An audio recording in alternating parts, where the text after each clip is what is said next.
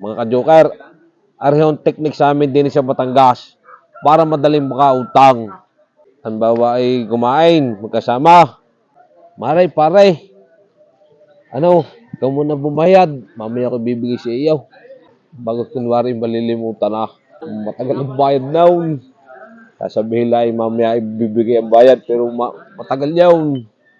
Halimbawa ay nag-PM naman o nag-text. Para meron kong gandiyan, emergency laang. Mamaya ko babayadan. Pero totoo no, matagal yun. Ang isa naman ay kung saan lumapit.